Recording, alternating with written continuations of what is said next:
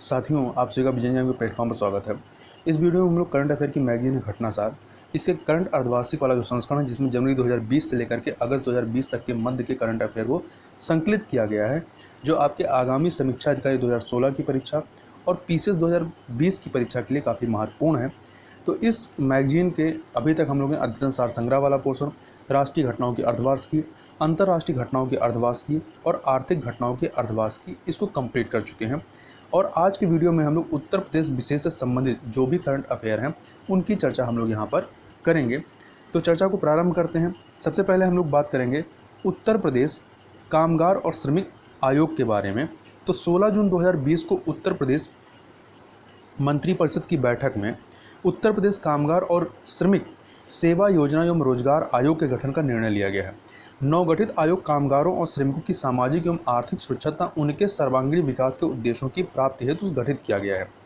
प्रशासकीय रूप से गठित किया जाने वाला यह आयोग एक उच्च स्तरीय संस्था होगी, जिसका उद्देश्य सरकारी तथा गैर सरकारी क्षेत्र में अधिकतम सेवा योजन एवं रोजगार के अवसर सृजित करना एवं इसमें निरंतर वृद्धि करना है।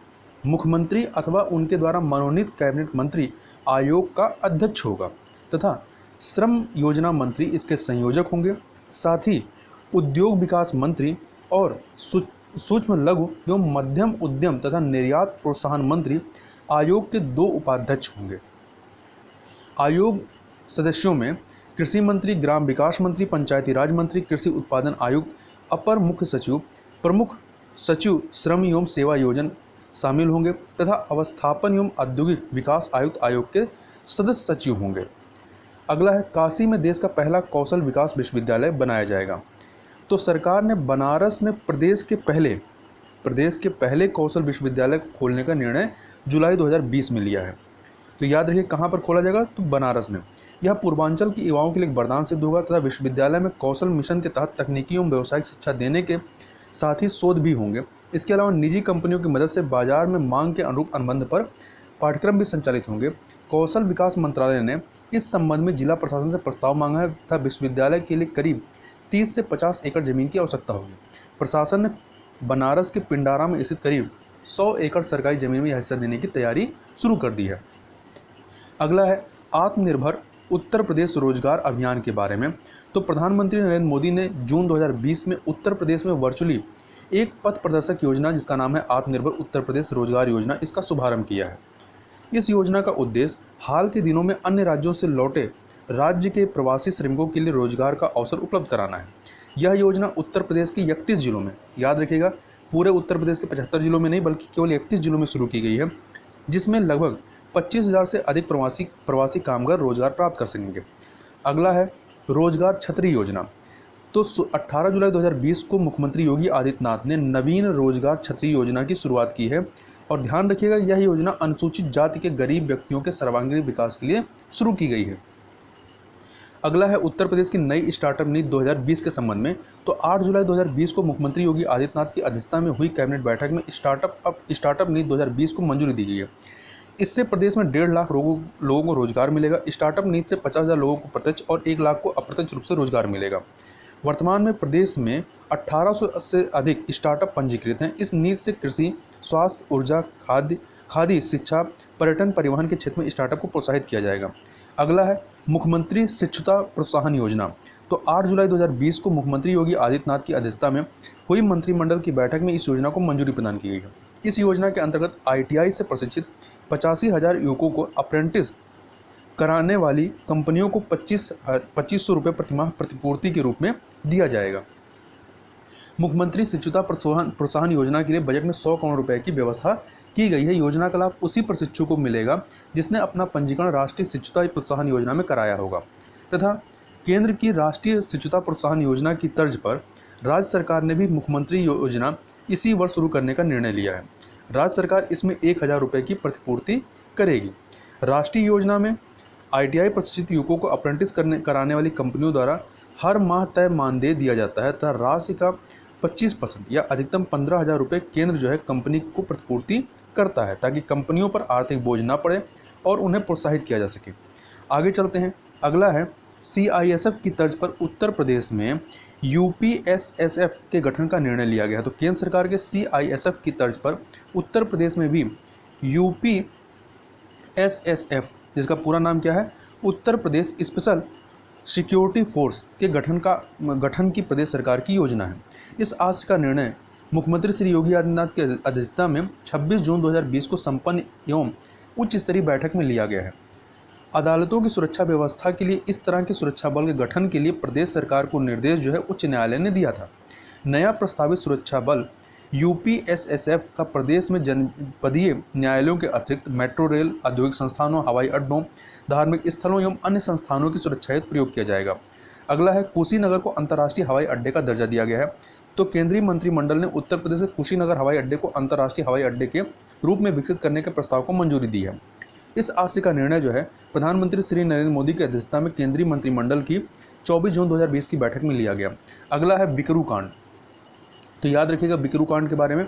तो बिकरू कांड की जांच के लिए न्यायिक आयोग का गठन किया गया है। तो कानपुर के बिकरू कांड की जांच के लिए हाईकोर्ट के अवकाश प्राप्त न्यायाधीश SK अग्रवाल, किसके अध्यक्षता में, SK अग्रवाल की अध्यक्षता में एकल सदस्यीय आयोग का गठन उत्तर प्रदेश सरकार ने 12 जुलाई 2020 को किया है। शशिकांत अग्रवाल, इनका जो नाम है इसके अग्रवाल का, शशिकांत अग्रवाल के नेतृत्व में आयोग 4 बिंदुओं की जांच करेगा, जिसमें 2-3 जुलाई की रात बिकरू गांव में हुई पुलिसकर्मियों की हत्या तथा 10 जुलाई को विकास दुबे का एनकाउंटर सहित अन्य मुठभेड़ों की जांच होगी। इसके अलावा आयोग विकास दुबे और उनके साथियों की पुलिस व अन्य विभागों प्रभावशाली लोगों से मिली भगत की भी जांच करेगा। साथ ही ऐसे उपाय सुझाएगा जिससे इस तरह की घटनाएं दोबारा न घटे। आयोग का कार्यालय कानपुर में होगा और उसे 2 माह में अपनी रिपोर्ट सरकार को सौंपनी होगी तथा इस घटना की जांच SIT भी कर रही है। शशिकांत अग्रवाल फरवरी 2014 में इलाहाबाद उच्च न्यायालय के अतिरिक्त न्यायाधीश के पद पर प्रोन्नत हुए थे तथा 31 जुलाई 2019 को अवकाश ग्रहण किया। बिकरू कांड की जांच के लिए सुप्रीम कोर्ट ने भी 22 जुलाई 2020 को 3 सदस्यीय जांच आयोग के गठन का निर्देश दिया है। इस आयोग की अध्यक्षता, जो 3 सदस्यीय आयोग का गठन सुप्रीम कोर्ट के द्वारा किया गया है, इसमें इसकी अध्यक्षता उच्चतम न्यायालय के पूर्व न्यायाधीश BS चौहान करेंगे तथा इसके सदस्यों में जस्टिस शशिकांत अग्रवाल एवं यूपी के सेवानिवृत्त DGP KL गुप्ता शामिल होंगे। आगे बात कर लेते हैं उत्तर प्रदेश बजट 2020-21 के बारे में। तो देख लेते हैं इस बजट में क्या प्रमुख प्रावधान है। तो मुख्यमंत्री योगी आदित्यनाथ के नेतृत्व वाली उत्तर प्रदेश की भाजपा सरकार ने 19 फरवरी 2020 को वित्तीय वर्ष 2020-21 का अपना चौथा बजट विधानसभा में प्रस्तुत किया। राज्य का अब तक का सबसे बड़ा बजट कितने का है ये, 5,12,860.72 करोड़ रुपए। यह आंकड़ा याद रखिएगा, 5,12,860.72 करोड़ रुपए बजट का राज्य के वित्त मंत्री सुरेश खन्ना द्वारा पेश किया गया। यह बजट वर्ष 2019-20 के बजट से 33,159 करोड़ रुपए या परसेंटेज में कहें तो 6.46% अधिक है तथा नई योजनाओं के लिए इसमें 10,967 करोड़ रुपए आवंटित किए गए हैं। इसके अलावा वित्त वर्ष 2020-21 में 5,558.53 करोड़ रुपए आय की तुलना में अनुमानित व्यय जो है कितना है, 5,12,860.72 करोड़ रुपए है, यानी 12,302 करोड़ रुपए घाटे का बजट है। बजट में अनुमानित वित्तीय घाटा जो है वो 53,195.46 करोड़ रुपए आंका गया है, जो GDP का मतलब उत्तर प्रदेश का जो GDP है उसका 2.97% है तथा बजट में कर्ज जो है GDP का कितना है, 28.8% है। आगे चलते हैं, अब बजट के जो महत्वपूर्ण प्रावधान हैं उनको भी देख लेते हैं। तो युवाओं को स्वरोजगार और रोजगार से जोड़ने के लिए मुख्यमंत्री शिक्षुता प्रोत्साहन योजना और युवा उद्यमिता विकास अभियान, जिसको शॉर्ट में युवा कहते हैं, शुरू करने का बजट में प्रस्ताव किया गया है। मुख्यमंत्री शिक्षुता प्रोत्साहन योजना का उद्देश्य युवाओं को उद्योगों और सूक्ष्म लघु एवं मध्यम दर्जे की औद्योगिक इकाइयों में ऑन जॉब ट्रेनिंग की सुविधा देते हुए उन्हें निश्चित अवधि के रोजगार से जोड़ना है। युवाओं को ट्रेनिंग के दौरान 2,500 रुपये मासिक प्रशिक्षण भत्ता भी दिया जाएगा। इस 2,500 में 1,500 रुपये केंद्र सरकार और 1,000 रुपये राज्य सरकार की ओर से दी जाएगी। योजना के लिए 100 करोड़ रुपये का बजट आवंटित किया गया है। इसके अलावा युवा उद्यमिता विकास अभियान के अंतर्गत प्रदेश के प्रत्येक जिले में युवा हब बनाने के लिए बजट में 50 करोड़ रुपये का आवंटन हुआ है। युवा हब इच्छुक नौजवानों को परियोजना परिकल्पना से लेकर 1 वर्ष तक परियोजनाओं को वित्तीय मदद के साथ संचालन में मदद करेगा तथा युवाओं के लिए संचालित विभिन्न स्वरोजगार योजनाएं युवा हब के जरिए समेकित रूप से क्रियान्वित की जाएंगी तथा बजट में ढांचागत विकास को प्राथमिकता देते हुए बिजली, सड़क, सेतुओं और सिंचाई के लिए सरकार ने 78,565.41 करोड़ रुपये बजट में आवंटित किए हैं तथा प्रदेश में 5 एक्सप्रेसवे परियोजनाओं के लिए कुल 5,060 करोड़ रुपये का आवंटन किया गया है। इसमें मेरठ से प्रयागराज तक प्रस्तावित 637 किलोमीटर लंबे जो भारत का सबसे लंबा एक्सप्रेस वे होगा, जिसका नाम क्या है, गंगा एक्सप्रेस वे, इसके लिए 2000 करोड़ रुपए दिए गए हैं। तो याद रखिएगा, मेरठ से प्रयागराज गंगा एक्सप्रेस वे कहाँ तक जाती है, तो मेरठ से प्रयागराज तक 637 किलोमीटर है। अगला इसी में है, गोरखपुर लिंक एक्सप्रेस वे के दोनों ओर इंडस्ट्रियल कॉरिडोर की स्थापना के लिए 200 करोड़ रुपए का आवंटन किया गया। इसके अलावा डिफेंस एक्सपो की सफलता से उत्साहित सरकार ने डिफेंस कॉरिडोर रक्षा गलियारे के विकास के लिए 150 करोड़ रुपए बजट आवंटित किया है तथा ग्रेटर नोएडा में जेवर इंटरनेशनल ग्रीनफील्ड एयरपोर्ट के लिए 2000 करोड़ रुपए और अयोध्या में एयरपोर्ट की स्थापना के लिए 500 करोड़ रुपए बजट में आवंटित है। इसके अलावा सरकार ने बजट में गोरखपुर, बनारस, प्रयागराज, मेरठ व झांसी में मेट्रो की घोषणा की है। इसके लिए 200 करोड़ रुपए की व्यवस्था की गई। तो याद रखिएगा, बजट में कहाँ पर मेट्रो की घोषणा की गई, 5 जगहों पर। कौन कौन से, गोरखपुर, बनारस, प्रयागराज, मेरठ व झांसी में। इसके अलावा कानपुर में मेट्रो परियोजना के लिए 358 करोड़ और आगरा मेट्रो के लिए 286 करोड़ रुपए की व्यवस्था की गई है तथा बजट में लखनऊ, कानपुर और राज्य के अन्य जिलों में स्मार्ट सिटी परियोजना के लिए 20,000 करोड़ रुपए का प्रस्ताव है। साथ ही प्रदेश के युवाओं को विभिन्न क्षेत्रों में उच्च शिक्षा के अवसर उपलब्ध कराने के लिए प्रदेश में 7 नए विश्वविद्यालयों की स्थापना के लिए बजट में घोषणा की गई है। अब ये विश्वविद्यालय कौन कौन से होंगे, जैसे प्रदेश की राजधानी लखनऊ में पुलिस व फॉरेंसिक विश्वविद्यालय की स्थापना की जाएगी तथा अलीगढ़, आजमगढ़ और सहारनपुर यहाँ पर राज्य विश्वविद्यालय की स्थापना के अलावा प्रयागराज के झलवा में विधि विश्वविद्यालय, ला विश्वविद्यालय की स्थापना की घोषणा भी बजट में की गई है। इसके अलावा गोरखपुर में आयुष विश्वविद्यालय और लखनऊ में अटल बिहारी वाजपेयी चिकित्सा विश्वविद्यालय के लिए भी संसाधन बजट में उपलब्ध कराया गया है तथा इसके अलावा प्रदेश के 18 मंडल में अटल आवासीय विद्यालयों की स्थापना के लिए 270 करोड़ रुपए का आवंटन किया गया है। प्रदेश में कितने मंडल हैं, उत्तर प्रदेश में 18 मंडल हैं। इसके अलावा बजट 2020-21 में कृषि के लिए 6,176.21 करोड़ रुपए का प्रावधान है तथा 2020-21 में खाद्यान्न उत्पादन का जो लक्ष्य है वो कितना है, 641.74 लाख मीट्रिक टन। तिलहन उत्पादन का लक्ष्य जो है 13.9 लाख मीट्रिक टन। बीज वितरण का लक्ष्य जो है 61.43 लाख क्विंटल है तथा आगामी वर्षों में 102 लाख मीट्रिक टन उर्वरक वितरण का लक्ष्य रखा गया है। इसके अलावा प्रदेश सरकार द्वारा शुरू की गई मुख्यमंत्री किसान दुर्घटना बीमा नामक नई योजना हेतु बजट में 500 करोड़ रुपए का प्रावधान किया गया है। प्रधानमंत्री आवास योजना ग्रामीण के अंतर्गत आगामी वर्ष में 5 लाख आवासों के निर्माण का लक्ष्य रखा गया है, जिसके लिए बजट में 6,240 करोड़ रुपए का बजट का आवंटन किया गया तथा बजट में स्वच्छ भारत मिशन हेतु 5,791 करोड़ रुपए का आवंटन है। मनरेगा के अंतर्गत आगामी वर्ष में 35 करोड़ मानव दिवस रोजगार सृजन का लक्ष्य रखा गया है। इसके लिए 4,800 करोड़ रुपए का आवंटन है तथा ग्रामीण जल आपूर्ति कार्यक्रम के अंतर्गत जल जीवन मिशन के लिए 3,000 करोड़ रुपए का आवंटन है तथा बजट में 2022 तक 10,700 मेगावाट क्षमता के सौर विद्युत उत्पादन का लक्ष्य रखा गया है। तो याद रखिएगा, 2022 तक कितना सौर विद्युत उत्पादन का लक्ष्य है, 10,700 मेगावाट का। इसके लिए बुंदेलखंड में 4,000 मेगावाट सौर ऊर्जा उत्पादन की क्षमता वाले ग्रीन एनर्जी कॉरिडोर का निर्माण भी प्रस्तावित है। कहाँ पर, बुंदेलखंड में। तथा बजट में बस्ती के मुंडेरवा और गोरखपुर के पिपराइच के चीनी मिलों में को जनरेशन प्लांट व सल्फरलेस शुगर प्लांट के लिए 25-25 करोड़ रुपए का प्रावधान किया गया है। इसके अलावा बजट में गन्ने का समर्थन जो मूल्य है उसे 325 रुपए प्रति क्विंटल करने का प्रस्ताव है। इसके अलावा मुरादाबाद में, कहाँ पर, मुरादाबाद में गन्ना किसान प्रशिक्षण संस्थान की स्थापना की जाएगी। इसके लिए 10 करोड़ रुपए का प्रावधान है। इसके अलावा गोरखपुर में गन्ना शोध केंद्र के कार्यालय भवन के लिए 10 करोड़ रुपए दिए गए हैं। इसके अलावा सहकारी चीनी मिलों की गन्ना मूल्य भुगतान के लिए 500 करोड़ रुपए का प्रावधान किया गया है। तथा बजट में गोरखपुर और भदोही में पशु चिकित्सा महाविद्यालय खोले जाने का प्रस्ताव है। इसके लिए 40 करोड़ का प्रावधान है तथा बजट में स्वास्थ्य क्षेत्र की सुविधाओं के लिए 15,690 करोड़ का प्रावधान है, जिसमें 9,230 करोड़ रुपए स्वास्थ्य सुविधाओं के लिए और 6,460 करोड़ रुपए चिकित्सा शिक्षा के लिए दिए गए हैं। राज्य में 13 नए मेडिकल कॉलेज खोले जाने का बजट में प्रस्ताव है।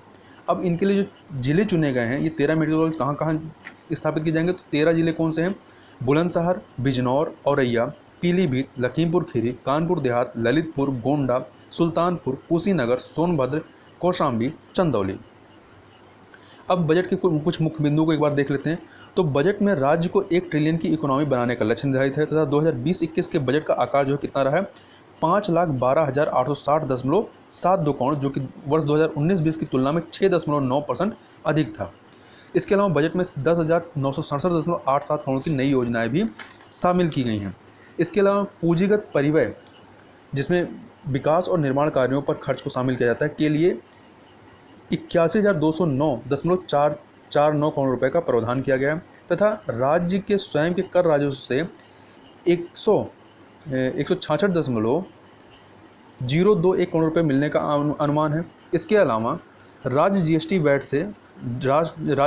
और वैट से 91,568 करोड़ रुपए जुटाने का अनुमान है। आबकारी शुल्क से 37,500 करोड़ रुपए, स्टाफ और पूंजीकरण से 23,197 करोड़, वाहन कर से 8,650 करोड़ रुपए और केंद्रीय कर राज्यांश से 1,52,863 करोड़। यहाँ एक चीज़ याद रखिएगा थोड़ा सा कि राज्य के स्वयं के कर राजस्व से कितना है, 1,66,021 करोड़ रुपया है। ठीक है।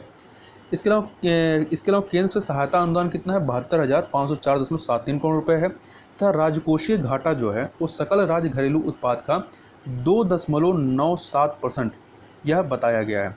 इसके अलावा ऋणग्रस्तता जो है सकल राज्य घरेलू उत्पाद का कितना है, 28.8% अनुमानित है। अब उत्तर प्रदेश के संबंध में कुछ अन्य चीज़ों को देखें तो पहला है प्रदेश के प्रति व्यक्ति आय में वृद्धि। यह नियोजन विभाग के द्वारा बताया गया कि वृद्धि दर्ज की गई है।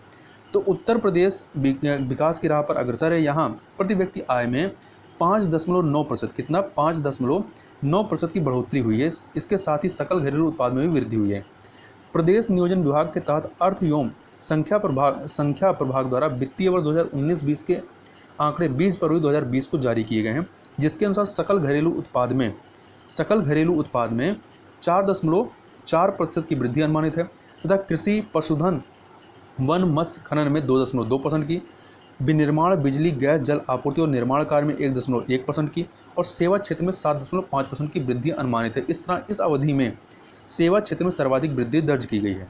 इसके अलावा प्रदेश का सकल राज्य घरेलू उत्पाद जो रहा है 11,87,277 करोड़ रुपए अनुमानित किया गया है और वर्ष 2018-19 में यह आकलन 11,37,469 करोड़ था। अगला है देश का पहला पशु युद्ध स्मारक मेरठ में स्थापित किया जाएगा। तो उत्तर प्रदेश के मेरठ स्थित रेमाउंट एंड वेटरनरी कोर सेंटर में देश के पहले पशु युद्ध स्मारक या वार मेमोरियल ऑफ एनिमल को बनाने का निर्णय लिया गया। यह स्मारक उन पशुओं के योगदान को समर्पित होगा जिन्होंने कारगिल युद्ध के दौरान और जम्मू कश्मीर में आतंक निरोधी गतिविधियों में सेना की मदद की थी। इस युद्ध स्मारक में 350 से अधिक हैंडलर, 300 कुत्तों, घोड़ों और खच्चरों का नाम एवं उनकी संख्या अंकित की जाएगी। अगला है महाराजगंज जिले में राज्य का पहला गिद्ध संरक्षण केंद्र स्थापित किया जाएगा। तो लुप्तप्राय गिद्ध आबादी के संरक्षण के लिए उत्तर प्रदेश सरकार ने नवंबर 2019 में महाराजगंज जिले में राज्य का पहला गिद्ध संरक्षण और प्रजनन केंद्र स्थापित करने का निर्णय लिया है। जटायु संरक्षण और प्रजनन केंद्र गोरखपुर वन प्रभाग के अंतर्गत फारेंद्र तहसील के भरी बैसी गांव में स्थापित किया जाएगा। यह गिद्ध संरक्षण केंद्र हरियाणा के पिंजौर में जटायु संरक्षण और प्रजनन केंद्र की तर्ज पर स्थापित किया जाएगा, जो देश में पहला गिद्ध संरक्षण केंद्र है। तथा अगस्त 2019 में महाराजगंज वन विभाग के मगवलिया रेंज में 100 से अधिक गिद्धों को देखा गया था। अगला है 12वीं शहरी मोबिलिटी सम्मेलन में प्रदर्शनी 2019 के बारे में। तो आवास और शहरी मामलों के मंत्रालय भारत सरकार द्वारा 15 से 17 नवंबर 2019 के मध्य में लखनऊ में 12वें शहरी मोबिलिटी सम्मेलन में प्रदर्शनी का आयोजन किया गया। इस प्रदर्शनी का उद्देश्य शहरों को सूचना प्रसारित करना और उन्हें सर्वश्रेष्ठ शहरी परिवहन व्यवस्था के साथ अद्यतन रखने में मदद करना है। प्रदर्शनी की थीम क्या थी? एक्सेसिबल एंड लिवेबल, अर्थात रहने योग्य सिटीज़ थी। एक्सेसिबल एंड लिवेबल सिटीज़ थी। अब 47वीं अखिल भारतीय पुलिस साइंस की बात कर लेते हैं। 47वीं अखिल भारतीय पुलिस साइंस कांग्रेस के बारे में। तो पुलिस मुख्यालय लखनऊ में 28 से 29 नवंबर 2019 को 47वीं अखिल भारतीय पुलिस साइंस कांग्रेस का आयोजन किया गया। इसका आयोजन पुलिस विकास एवं अनुसंधान ब्यूरो द्वारा उत्तर प्रदेश पुलिस के साथ मिलकर संयुक्त रूप से किया गया। यह दूसरा अवसर था जब इस कार्यक्रम का आयोजन लखनऊ में हुआ है। इससे पहले वर्ष 1997 में यह कार्यक्रम लखनऊ में आयोजित हुआ था। कार्यक्रम के दौरान कट्टरपंथ व आतंकवाद से निपटने में सोशल मीडिया की भूमिका, पुलिस अधिकारियों के व्यवहार व प्रशिक्षण आदि पर विचार विमर्श हुआ है। अगला है स्कूल और कॉलेजों में छात्रों के लिए इंटर्नशिप योजना के बारे में। तो प्रदेश के मुख्यमंत्री योगी आदित्यनाथ ने 9 फरवरी 2020 को राज्य में रोजगार की संभावनाओं को बढ़ाने के लिए एक इंटर्नशिप योजना की घोषणा की है। इसके तहत 10वीं 12वीं और स्नातक करने वाले युवाओं को अलग अलग तकनीकी संस्थानों और उद्योगों से जोड़ा जाएगा तथा 6 महीने से 1 वर्ष की अवधि के लिए इंटर्नशिप दी जाएगी। इंटर्नशिप करने वाले हर युवा को मानदेय के रूप में प्रतिमाह 2500 रुपये दिया जाएगा।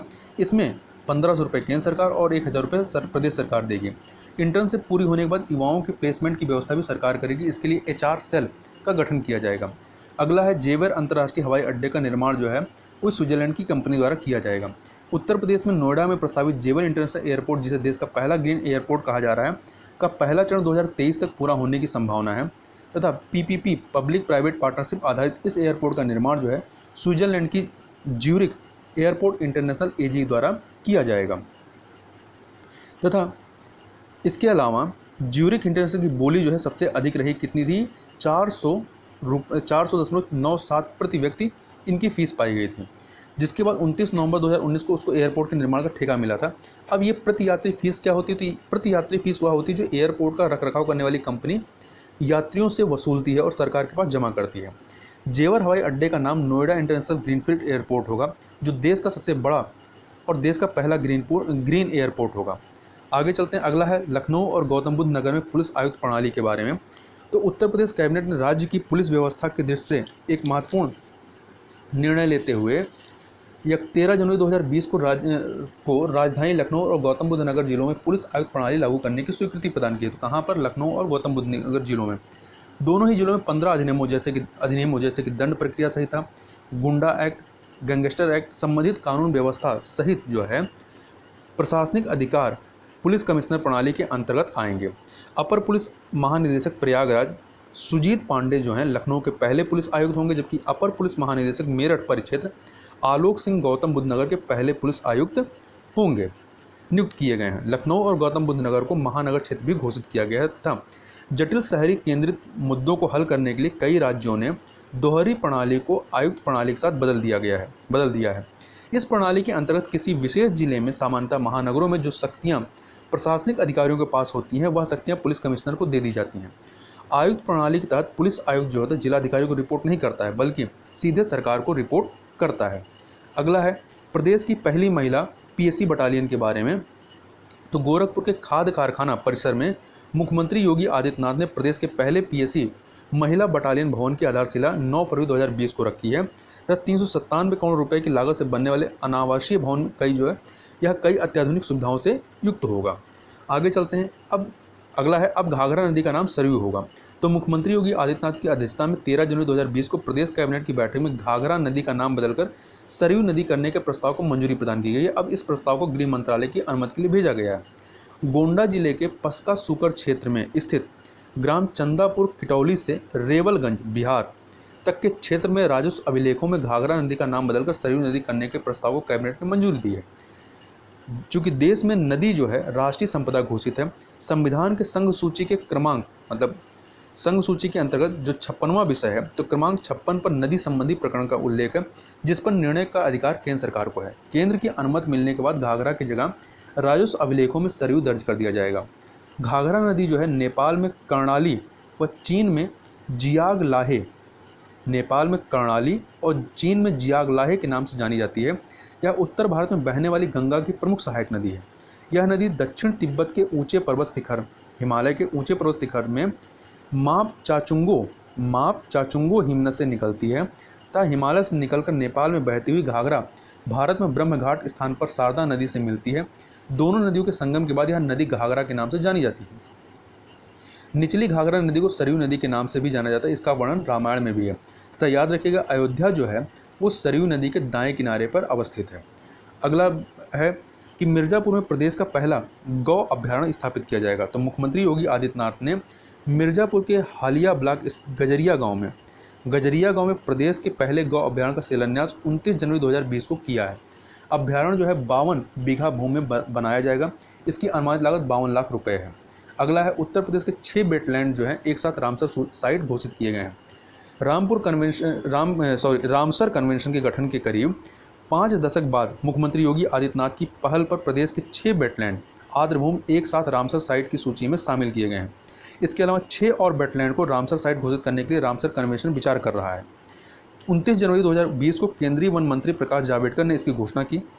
अब तक यूपी में सिर्फ एक वेटलैंड या आर्द्रभूमि जिसका नाम था अपर गंगा, जो कि बज्रघाट से नरोरा तक थी, इसको घोषित था। संयुक्त राष्ट्र संघ की agency Ramsar convention on wetland सचिवालय ने ये जो 6 यूपी के हैं, ये यूपी के 6 कौन से हैं? उन्नाव के नवाबगंज पश्चिम बिहार, दूसरा है गोंडा के पार्वती अर्गा बर्ड सेंचुरी, तीसरा है मैनपुरी के समन पश्चिम बिहार, चौथा है रायबरेली के समसपुर पश्चिम बिहार, पाँचवां है हरदोई के सांडी पश्चिम बिहार और छठा है इटावा के सरसई नावर झील को वेटलैंड के रूप में मंजूरी प्रदान करते हुए गुजरात की गांधीनगर में प्रवासी प्रजातियों के सम्मेलन में रामसर कन्वेंशन की महासचिव ने 19 फरवरी 2020 को रामसर साइट का दर्जा प्रदान करने से संबंधित प्रमाण पत्र प्रदान किया है। इसके अलावा ये 6 जो हैं, इसके अलावा 6 के अलावा मैनपुरी की सोच झील, अलीगढ़ की शेखा झील, संत कबीर नगर की बखीरा वन्यजीव विहार आदि का प्रस्ताव केंद्र सरकार द्वारा रामसर सचिवालय को भेजा जा रहा है। उत्तर प्रदेश के 6 पश्चिमी बिहारों के अलावा पंजाब के 3 पश्चिमी बिहारों जिसका नाम है Keshavpur Miani community reserve, Nangal wild life sanctuary तथा ब्यास कंजर्वेशन रिजर्व और महाराष्ट्र का एक पश्चिमी बिहार नंदूर पद्म महेश्वर नासिक को भी रामसर साइट का दर्जा प्रदान किया गया। तो इस प्रकार से 10 वेटलैंड आर्द्रभूमियों को रामसर साइट में शामिल किया गया है। और जो महाराष्ट्र का नंदूर पद्म महेश्वर नासिक वाला है, यह महाराष्ट्र का पहला आर्द्रभूमि जिसको रामसर साइट के रूप में दर्ज किया गया है। और वर्तमान में भारत की कुल रामसर साइट अब कितनी हो गई हैं? 37 हो गई हैं। अब थोड़ा सा बात करें कि आर्द्रभूमि होती क्या है, वेटलैंड होती क्या है। तो आर्द्रभूमि ऐसा भूभाग होता है जहाँ के पारिस्थितिक तंत्र का बड़ा हिस्सा स्थायी रूप से या प्रतिवर्ष किसी मौसम में जल से संतृप्त या सेचुरेटेड हो या उसमें डूबा रहे। ऐसे क्षेत्रों में जलीय पौधों का बाहुल्य रहता है और यही आर्द्रभूमि को परिभाषित करता है। अगला है मुख्यमंत्री कन्या सुमंगला योजना। तो मुख्यमंत्री योगी आदित्यनाथ ने 25 अक्टूबर 2020 को प्रदेश भर में मुख्यमंत्री कन्या सुमंगला योजना की शुरुआत की। इसके तहत हर गरीब की बेटी को जन्म से स्नातक तक पढ़ाई करने पर अलग अलग चरणों में कुल 15,000 रुपये मिलेंगे। मुख्यमंत्री ने कहा कि यह योजना प्रधानमंत्री बेटी बचाओ बेटी पढ़ाओ अभियान को बल देगी। इस योजना को लड़कियों की शिक्षा और स्वास्थ्य के साथ जोड़ा जाएगा, जिससे उनका भविष्य संवरेगा। तथा सीएम ने योजना से जुड़ा पोर्टल लॉन्च किया है व लाभार्थियों को पंजीकरण प्रमाण पत्र भी दिया है। योजना के महत्वपूर्ण बिंदुओं को देखें तो योजना के अंतर्गत 3 लाख वार्षिक आय वाले परिवारों को बालिकाओं के जन्म के समय 2,000 रुपये, 1 वर्ष का टीकाकरण पूर्ण करने पर 1,000 रुपये, कक्षा 1 में प्रवेश के समय 2,000 रुपये, कक्षा 6 में प्रवेश के समय 2,000 रुपये, कक्षा 9 में प्रवेश के समय 3,000 रुपये और 10वीं और 12वीं परीक्षा उत्तीर्ण कर डिग्री या 2 वर्षीय या अधिक के डिप्लोमा कोर्स में प्रवेश पर 5,000 रुपये एकमुश्त प्रदान किए जाएंगे। योजना के अंतर्गत लाभार्थी का उत्तर प्रदेश का निवासी होना जरूरी है। परिवारों में अधिकतम 2 बेटियों को ही लाभ होगा। योजना का लाभ लेने के लिए पंजीकरण प्रमाण पत्र जरूरी है। यह मदर एवं चाइल्ड ट्रैकिंग सिस्टम में पंजीकरण कर या फिर एनएम और आशा बहू द्वारा दिया जाने वाला प्रमाण पत्र भी हो सकता है, बशर्ते एनएम और आशा बहू की देखरेख में प्रसव से लेकर बच्चे का टीकाकरण कार्यक्रम हुआ हो। उत्तर प्रदेश सरकार ने इस योजना के लिए 12 अरब रुपए का बजट रखा है। अब आगे बात कर लेते हैं बाल प्रगति सूचकांक 2019 के बारे में। तो 17 अक्टूबर 2019 को इंस्टीट्यूट फॉर कॉम्पिटिटिवनेस द्वारा उत्तर प्रदेश के कुल 71 जिलों, 75 जिलों नहीं, कुल 71 जिलों की बाल प्रगति सूचकांक 2019 जारी किया है। सूचकांक में जहां गौतम बुद्ध नगर को शीर्ष स्थान, वहीं बलरामपुर को निम्नतम स्थान दिया गया है। प्रदेश के 71 जिलों को 4 श्रेणियों में बांटा गया है। अब ये 4 श्रेणियाँ कौन सी हैं? पहला है उच्च बाल प्रगति, दूसरा है उच्च मध्यम बाल प्रगति, तीसरा है निम्न मध्यम बाल प्रगति और चौथा है निम्न बाल प्रगति। यदि उच्च मध्यम बाल प्रगति वाले जिलों की बात करें तो उच्च मध्यम बाल प्रगति वाले जिलों में शीर्ष स्थान पर मथुरा है। निम्न मध्यम बाल प्रगति वाले जिलों में सुल्तानपुर शीर्ष पर है, वहीं निम्न प्रगति वाले जिलों में कन्नौज शीर्ष पर है। उच्च बाल प्रगति वाले शीर्ष 10 जिले जो हैं कौन से हैं? इसमें नंबर 1 पर सबसे टॉप पे आपका गौतम बुद्ध नगर है, फिर गाजियाबाद है, फिर तीसरे पे बागपत, चौथे पे मेरठ, 5वें बनारस, 6ठे पे कानपुर नगर, 7वें पर आपका सहारनपुर है, 8वें पे लखनऊ, 9वें पे बिजनौर और 10वें पे आगरा है। आगे चलते हैं उत्तर प्रदेश हिंदी संस्थान के पुरस्कार के बारे में बात कर लेते हैं। तो लखनऊ स्थित उत्तर प्रदेश हिंदी संस्थान के वर्ष 2018 के पुरस्कारों की घोषणा 20 सितंबर 2019 को की गई है। इनमें संस्थान का सर्वोच्च जो पुरस्कार है वो 5 लाख का भारत भारती पुरस्कार पटना बिहार की साहित्यकार डॉक्टर उषा किरण खान को दिया गया है। तथा संस्थान के 4-4 लाख के पुरस्कारों में हिंदी गौरव सम्मान, महात्मा गांधी साहित्य सम्मान, दीनदयाल उपाध्याय साहित्य सम्मान, लोहिया साहित्य सम्मान, अवंतीबाई साहित्य सम्मान, राष्ट्रीय पुरुषोत्तम दास टंडन सम्मान शामिल है। अब थोड़ा सा किसको क्या पुरस्कार मिला इसको देख लेते हैं। तो भारत भारती सम्मान जो है यह डॉक्टर ऊषा किरण खान को दिया गया है, तथा लोहिया साहित्य सम्मान जो है ये डॉक्टर मनमोहन सिंह सहगल को, महात्मा गांधी साहित्य सम्मान श्री भगवान सिंह को, पंडित दीनदयाल उपाध्याय साहित्य सम्मान डॉक्टर ओम प्रकाश पांडे को, अवंतीबाई साहित्य सम्मान डॉक्टर कमल कुमार को, हिंदी गौरव सम्मान डॉक्टर बद्रीनाथ कपूर को दिया गया है, राष्ट्रीय पुरुषोत्तम दास टंडन साहित्य सम्मान मणिपुर हिंदी परिषद को दिया गया है, तथा इसके ये जो उपयुक्त पुरस्कार हैं भारत भारती के अलावा इसमें 4-4 लाख रुपए प्रदान किए जाते हैं और प्रशस्ति पत्र व गंगा की प्रतिमा दी जाती है, तथा जो आपका भारत भारती सम्मान होता है उसमें 5 लाख और प्रशस्ति पत्र तथा गंगा की प्रतिमा दी जाती है। इसके अलावा लोक भूषण सम्मान में 2 लाख रुपया दिया जाता है और ये दिया गया है डॉक्टर शांति जैन को। कला भूषण सम्मान में ये जो है मनोज कुमार सिंह को दिया गया है, इसमें भी 2 लाख रुपया मिलता है। विद्या भूषण सम्मान जगमोहन सिंह को दिया गया है, जगमोहन सिंह राजपूत को, इसमें भी 2 लाख रुपया दिया जाता है। आगे बात करते हैं उत्तर प्रदेश कृषि निर्यात नीति 2019 के बारे में। तो मुख्यमंत्री योगी आदित्यनाथ की अध्यक्षता में कैबिनेट की बैठक में 10 सितंबर 2019 को उत्तर प्रदेश कृषि निर्यात नीति 2019 को मंजूरी प्रदान की गई। कृषि निर्यात का उद्देश्य वर्ष 2024 तक 2,524 मिलियन डॉलर के वर्तमान मूल्य से दोगुना करना है। नीति के तहत क्लस्टर फार्मिंग को बढ़ावा दिया जाएगा और इसके लिए सब्सिडी दी जाएगी। 5 वर्षों की अवधि के दौरान 50 से लेकर के 100 हेक्टेयर तक के फार्म क्लस्टर से हुए उत्पादन का कम से कम 30% निर्यात करने पर 10 लाख रुपए तक की सब्सिडी दी जाएगी, जिसमें से 30% में से 40% की सब्सिडी पहले वर्ष दी जाएगी, तथा खाद्य प्रसंस्करण इकाइयों से होने वाले उत्पादन का 40% तक निर्यात किया जाता है तो अधिकतम 25 लाख रुपए तक की सब्सिडी दी जाएगी, तथा पात्र कृषि वस्तुओं को क्रमशः हवाई और समुद्री परिवहन के लिए निर्यात सब्सिडी के रूप में 10 रुपये प्रति किलोग्राम और 5 रुपये प्रति किलोग्राम, मतलब हवाई यदि परिवहन किया जाता है तो 10 रुपये प्रति किलोग्राम सब्सिडी होगी, और यदि समुद्री परिवहन होता है तो 5 रुपये प्रति किलोग्राम सब्सिडी दी जाएगी। अब हम लोग थोड़ा सा बिंदुवार उत्तर प्रदेश के महत्वपूर्ण जो तथ्य या करंट अफेयर उनको देख लेते हैं क्वेश्चन आंसर के फॉर्म में। तो पहला है इसमें 29 जुलाई 2020 को हुई उत्तर प्रदेश कैबिनेट की बैठक में कहाँ पर राष्ट्रीय विधि विश्वविद्यालय के गठन को मंजूरी दी गई, तो प्रयागराज के झलवा में। अगला है कोविड-19 के समय किस योजना के अंतर्गत श्रमिकों को सर्वाधिक रोजगार देने वाला राज्य उत्तर प्रदेश बना है, तो मनरेगा के तहत। अगला है 24 जून 2020 को केंद्रीय मंत्रिमंडल की हुई बैठक में उत्तर प्रदेश किस एयरपोर्ट को इंटरनेशनल एयरपोर्ट का दर्जा प्रदान किया गया है, तो कुशीनगर एयरपोर्ट को। कुशीनगर जो है उत्तर पूर्वी उत्तर प्रदेश के गोरखपुर से लगभग 50 किलोमीटर पूर्व में स्थित बौद्ध तीर्थ स्थल है। अगला है अन्य राज्यों से लौटे राज्य के प्रवासी श्रमिकों को रोजगार उपलब्ध कराने हेतु प्रधानमंत्री नरेंद्र मोदी ने उत्तर प्रदेश से किस अभियान की शुरुआत वर्चुअली 26 जून 2020 को की है, तो आत्मनिर्भर उत्तर प्रदेश रोजगार अभियान की। उत्तर प्रदेश के पहले खेल विश्वविद्यालय की स्थापना पूर्व में घोषित लखनऊ की जगह किस स्थान पर करने का निर्णय लिया गया, तो यह मेरठ में स्थापित किया जाएगा। अगला है 12 जून 2020 को अंतर्राष्ट्रीय बाल श्रम निषेध दिवस 12 जून को अंतर्राष्ट्रीय बाल श्रम निषेध दिवस मनाया जाता है। इस अवसर पर उत्तर प्रदेश के मुख्यमंत्री योगी आदित्यनाथ ने बाल श्रमिकों को शिक्षित करने के लिए किस योजना की शुरुआत की है, तो बाल श्रमिक विद्या योजना की। मुख्यमंत्री योगी आदित्यनाथ द्वारा शुरू किए गए किस मिशन के तहत राज्य में 5 जुलाई 2020 को 25 करोड़ से अधिक पौधे लगाए गए हैं, तो इसका नाम है मिशन वृक्षारोपण 2020। अगला है 29 फरवरी 2020 को प्रयागराज में आयोजित सामाजिक अधिकारिता शिविर में प्रधानमंत्री मोदी की उपस्थिति में बने वह 3 विश्व रिकॉर्ड जिसे गिनीज बुक रिकॉर्ड में दर्ज किया गया। तो पहला रिकॉर्ड हाथ से चलने वाली 300 ट्राईसाइकिलों को 1.8 किलोमीटर चलाकर बनाया गया। दूसरा रिकॉर्ड हाथ से चलने वाली 626 ट्राईसाइकिलों को 1 घंटे में मुफ्त वितरित कर बनाया गया, जबकि तीसरा विश्व रिकॉर्ड 13 मिनट में 420 व्हील चेयर्स को 3 पंक्तियों में वितरित करने का। अगला है प्रधानमंत्री नरेंद्र मोदी ने 28 फरवरी 2020 को चित्रकूट में बुंदेलखंड एक्सप्रेसवे जिसकी लंबाई कितनी है 296.07 किलोमीटर है, इसका शिलान्यास किया है। तो इसकी लंबाई याद रखिएगा 296.07 किलोमीटर। और एक्सप्रेसवे का नाम क्या है, बुंदेलखंड एक्सप्रेसवे।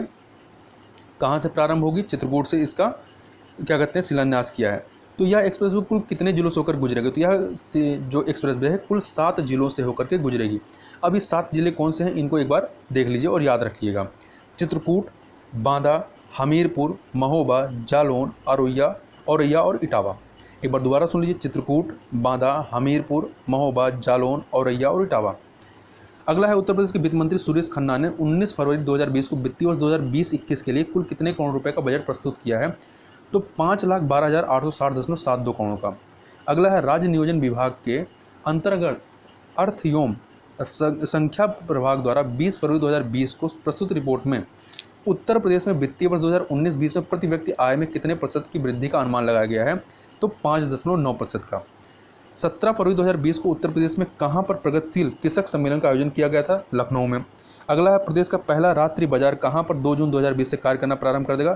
तो प्रयागराज में। प्रधानमंत्री नरेंद्र मोदी ने 16 फरवरी 2020 को उत्तर प्रदेश में कहां पर देश की सबसे ऊंची दीनदयाल उपाध्याय की प्रतिमा का अनावरण किया है, जिसकी ऊंचाई 63 फीट है, 63 फीट है। तो यह चंदौली के पड़ाव में बनारस के अंतर्गत आता है। अगला है उत्तर प्रदेश राज्य बजट 2020-21 में युवाओं के लिए किन 2 नई योजनाओं की घोषणा की गई? पहला है युवा उद्यमिता विकास योजना, दूसरा मुख्यमंत्री शिक्षुता प्रोत्साहन योजना। अगला है उत्तर प्रदेश बजट 2020-21 में कहां पर पुलिस व फॉरेंसिक विश्वविद्यालय की स्थापना का प्रस्ताव है? लखनऊ में। अगला है उत्तर प्रदेश अर्थ एवं नियोजन विभाग की फरवरी 2020 में प्रस्तुत एक रिपोर्ट के अनुसार वित्तीय वर्ष 2019-20 में सकल घरेलू उत्पाद के कितने प्रतिशत रहने का अनुमान है? तो 4.4% रहने का अनुमान है। वर्ष 2020 के लिए उत्तर प्रदेश की किन हस्तियों को पद्म पुरस्कार सम्मानित किया गया? तो इसमें पद्म विभूषण के तहत छन्नू लाल मिश्र को दिया गया है तथा पद्मश्री के अंतर्गत डॉक्टर पद्मावती बंदोपाध्याय चिकित्सा संबंधित है, संजीव बाग चंदानी व्यापार उद्योग संबंधित, डॉक्टर नरेंद्र नाथ खन्ना चिकित्सा संबंधित है, योगेश प्रवीण साहित्य और शिक्षा संबंधित है, जीतू राय खेल संबंधित है, मोहम्मद शरीफ समाज सेवा से और दया प्रकाश सिन्हा कला से और हरिचंद वर्मा विज्ञान संबंधित हैं। अगला है अक्टूबर 2019 को उत्तर प्रदेश के मुख्यमंत्री योगी आदित्यनाथ ने बालिकाओं को सशक्त बनाने के उद्देश्य से किस योजना की शुरुआत की है? तो इस योजना का नाम है कन्या सुमंगला योजना। अगला है उत्तर प्रदेश के मुख्यमंत्री योगी आदित्यनाथ ने हाल ही में पुनर्वास तक ट्रिपल तलाक के पीड़ितों के लिए कितने रुपए की वार्षिक सहयोग राशि देने की घोषणा की है? तो 6,000 रुपये की। अगला है उत्तर प्रदेश स्थित वह रेलवे स्टेशन जहां नवंबर 2019 के पहले सप्ताह में योलो YOLO हेल्थ ATM शुरू किया गया, तो लखनऊ में। अगला है सितंबर 2019 में मुख्यमंत्री योगी आदित्यनाथ और केंद्रीय पेट्रोलियम एवं प्राकृतिक गैस मंत्री धर्मेंद्र प्रधान द्वारा उत्तर प्रदेश किस शहर में बायोफ्यूल प्लांट तथा गैस बॉटलिंग प्लांट का उद्घाटन किया गया? तो गोरखपुर में किया गया है। अगला है 11 सितंबर 2019 को प्रधानमंत्री नरेंद्र मोदी द्वारा राष्ट्रीय पशु रोग नियंत्रण कार्यक्रम का शुभारंभ कहां पर किया गया? तो मथुरा में किया गया है। अगला है 9 मार्च 2019 को प्रधानमंत्री नरेंद्र मोदी ने कहां पर पंडित दीनदयाल उपाध्याय पुरातत्व संस्थान का उद्घाटन किया? तो ग्रेटर नोएडा में। अगला है उत्तर प्रदेश मंत्रिमंडल की बैठक में 6 अगस्त 2019 को रिहंद जलाशय पर कितनी क्षमता के फ्लोटिंग सौर ऊर्जा संयंत्र की स्थापना हेतु मंजूरी दी है? तो 150 मेगावाट। यह फ्लोटिंग सौर ऊर्जा संयंत्र देश में अपनी तरह का स्थापित किया गया पहला संयंत्र है। अगला है उत्तर प्रदेश सरकार ने एक्यूट एन्सेफलाइटिस सिंड्रोम तथा जापानी एन्सेफलाइटिस रोग के प्रति जागरूकता फैलाने के लिए 1 से 31 जुलाई 2019 तक किस अभियान का संचालन किया? तो इस अभियान का नाम है दस्तक अभियान। अगला है 13 जून 2019 को उत्तर प्रदेश कैबिनेट की बैठक में कहां पर अशफाक उल्लाह प्राणी उद्यान के नाम से नए उद्यान की स्थापना हेतु प्रस्ताव पास हुआ है? तो गोरखपुर में। अगला है भारतीय प्रशासनिक सेवा के सेवानिवृत्त अधिकारी जिन्हें जुलाई 2019 में उत्तर प्रदेश लोक सेवा आयोग का चेयरमैन नियुक्त किया गया है? तो प्रभात कुमार को। अगला है 26 जुलाई 2019 को प्रकाशित एक रिपोर्ट के अनुसार 31 जुलाई 2019 तक उत्तर प्रदेश किस केंद्रीय योजना के तहत 1.95 करोड़ लोगों को बीमा कवर प्रदान करने वाला देश का पहला राज्य बना था? तो प्रधानमंत्री सुरक्षा बीमा योजना। अगला है 5 से 8 फरवरी 2020 के बीच लखनऊ में संपन्न 11वें डिफेंस एक्सपो इंडिया 2020 की थीम थी भारत उभरता हुआ रक्षा निर्माण केंद्र। अगला है 20 जुलाई 2019 को राम नाईक की जगह किसे उत्तर प्रदेश का राज्यपाल बनाया गया? तो आनंदीबेन पटेल को। अगला है उत्तर प्रदेश के मुख्यमंत्री योगी आदित्यनाथ ने अगस्त 2019 में किस देश की सरकारी यात्रा की थी? तो रूस की थी। अगला है 9 अगस्त 2019 को किसने प्रदेश के नए मुख्य निर्वाचन अधिकारी का कार्यभार संभाला है? तो अजय कुमार शुक्ल ने। तो इस प्रकार से उत्तर प्रदेश संबंधित जो भी करंट अफेयर थे उसको हम लोगों ने इस वीडियो के अंतर्गत देख लिया। तो इस वीडियो में बस इतना ही, मिलते हैं नेक्स्ट वीडियो में, तब तक के लिए बहुत बहुत धन्यवाद।